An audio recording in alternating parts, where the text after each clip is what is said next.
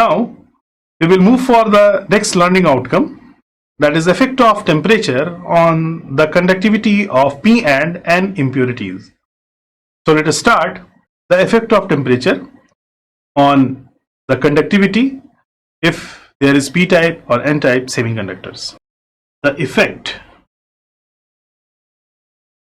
of temperature on the conductivity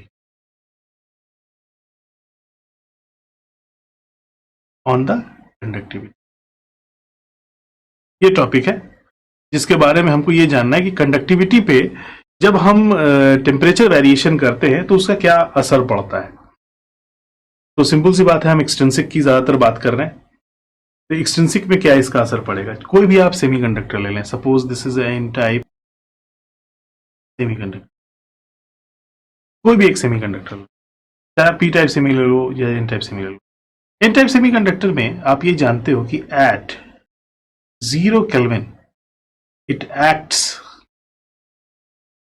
acts as an insulator. ये insulator की तरह काम करता है। At 300 Kelvin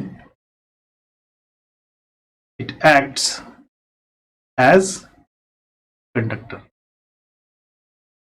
ये कंडक्टर की तरह काम करना शुरू करता है। तो जैसे हम टेम्परेचर राइज करते हैं, इसके अंदर कौन कौन से पैरामीटर्स हैं जो कि इसको कंडक्टिविटी को इसकी राइज करते हैं। सिग्मा की वैल्यू है एन टाइप में, भी मैंने बात की थी, that is n q mu n. इसमें नंबर ऑफ चार्जेस क्या होंगे वो राइज करेंगे, और जो इसकी मोबिलिटी है वो भी क्या होगी, बढ़ेगी।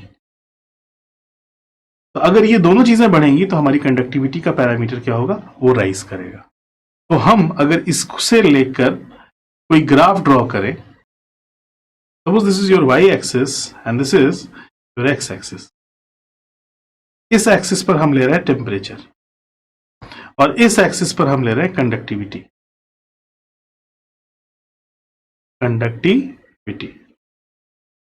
कंडक्टिविटी को सिग्मा से शो करता है। तो now at 0 degree Celsius what will be happen, it will be rising.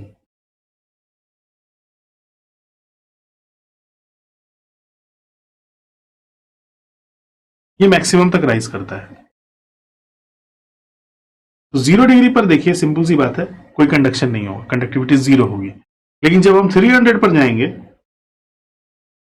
इसकी कंडक्टिविटी सबसे ज्यादा होगी। तो at 300 kelvin the sigma is the maximum.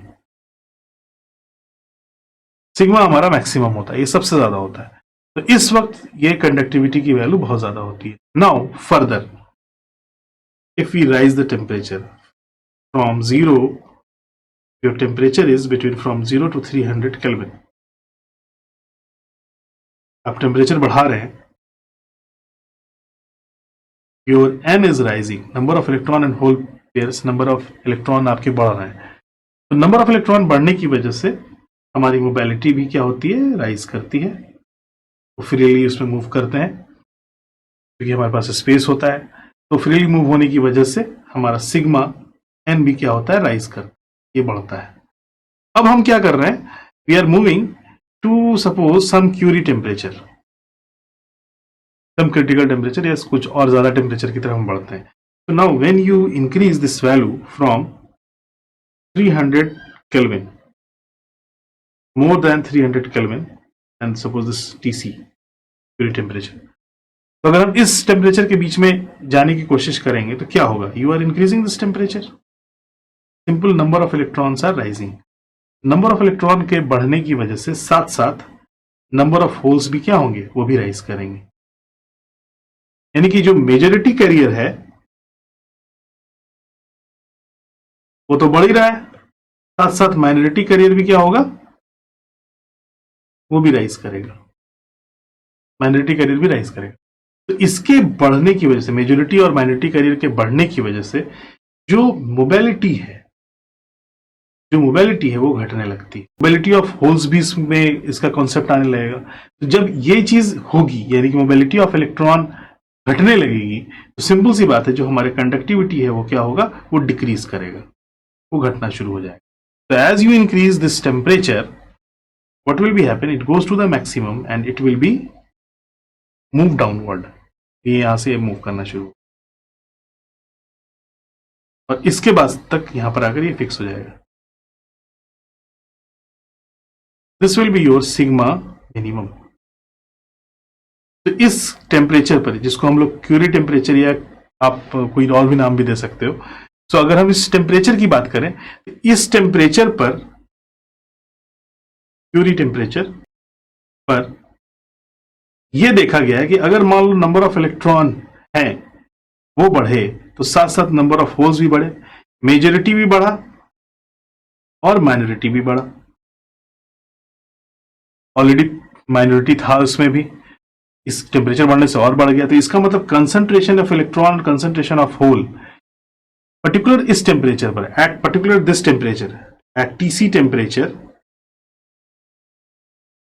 This number of electron is equals to number of holes.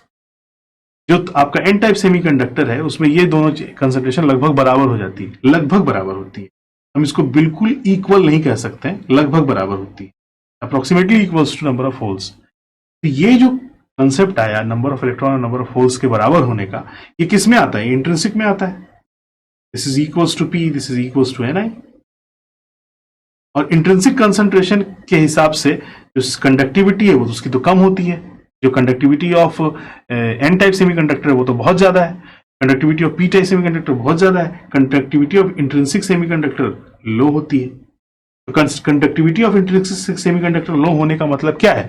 लो होने का मतलब यह है कि हम अब अपने मिनिमम लेवल पर पहुंच गए हैं, यानी कि हमारा जो वैल्यू है टेम्परेचर की, जो हमारे जो कंडक्टिविटी की वैल्यू है वो डिक्रीज कर रही है। तो as you increase this temperature your conductivity will be decreasing.